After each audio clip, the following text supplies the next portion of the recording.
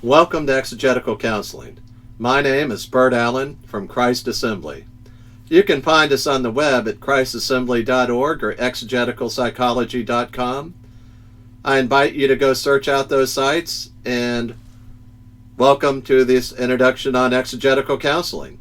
Exegetical counseling should start with a definition of the word exegetical. It comes from a Greek word meaning ex with a preposition out of, and ago, which means I lead. So we want to have God lead his meaning out of the text into our lives, out of the Bible. That's the opposite of eisegetical, where we're going to try to read our ideas and force our ideas onto the text or a particular verse. So exegetical counseling is built upon the doctrine of the Bible, the words of the Bible, the theology of the Bible. It's a part of the revelation that God gave us in the Bible. He's already laid out what is exegetical counseling. God described what man is like and what his spirit, his mind, his body. He described all kinds of things about man and his relationship to God, and it's spiritual psychology. Let me emphasize the spiritual nature of exegetical psychology. Exegetical psychology concerns itself with studying the Word of God, the perfect, inerrant, absolutely inspired cover to cover, verbal inspiration. The words are inspired, plenary inspiration. All the words are inspired in the original autographs. That God says, I've written down everything you're going to need for life and godliness in the Bible, and all you're going to need about doing exegetical psychology from the Bible. It's spiritual psychology. I want to emphasize, too, that as you study in exegetical psychology, I like to use charts of original language words in their verses and how they relate to one another. How does the mind relate to the spirit, to the soul? How do all those things form part of the human being? Well, if you understand exegetical psychology, then you're going to move on to exegetical therapy.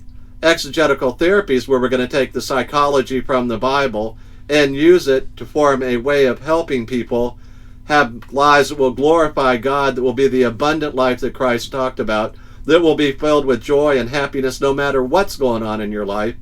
And finally, we'll apply exegetical therapy in a situation of talking with other people and interacting with other people called exegetical counseling. So it all starts with exegetical psychology. Let's read the Bible, study the Bible, and find out what God has revealed. Then we're going to build that into an exegetical therapy, again from the Bible. We'll review examples of how Jesus did therapy with people, how he healed and helped people, not just physically, but spiritually overall. In exegetical counseling, where he continues and talks to them. What did Jesus do? How did he do it? What did Paul do and Peter do? What did all the people who spoke for God do as they worked in the Bible? And of course, Jesus himself is God. Well, back to spiritual psychology.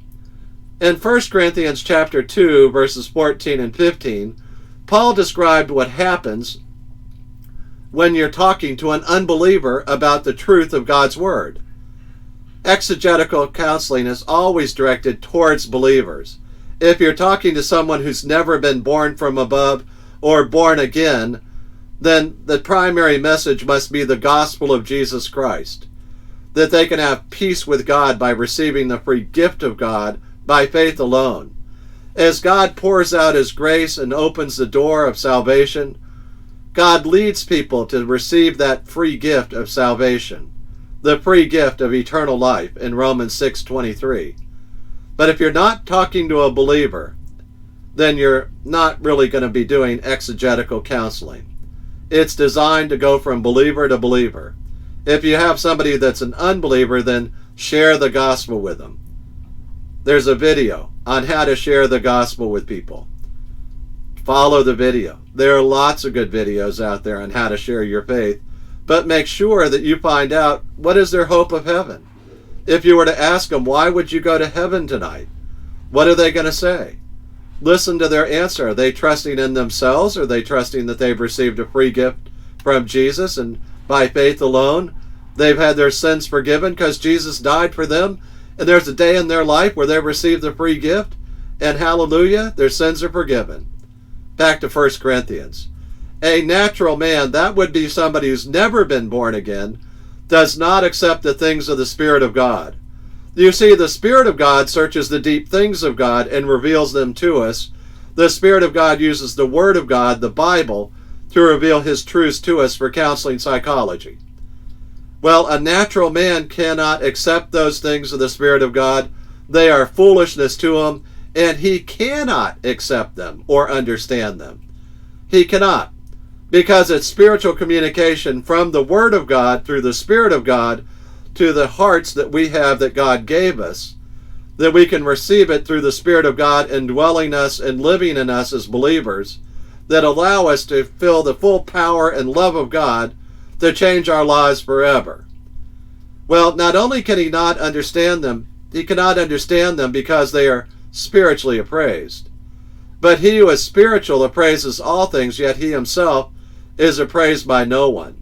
So in doing exegetical counseling, built upon exegetical psychology, using exegetical therapy, as you're doing that, keep in mind that with unbelievers, they're really not going to understand what you're doing from the Word of God. They are foolishness to him.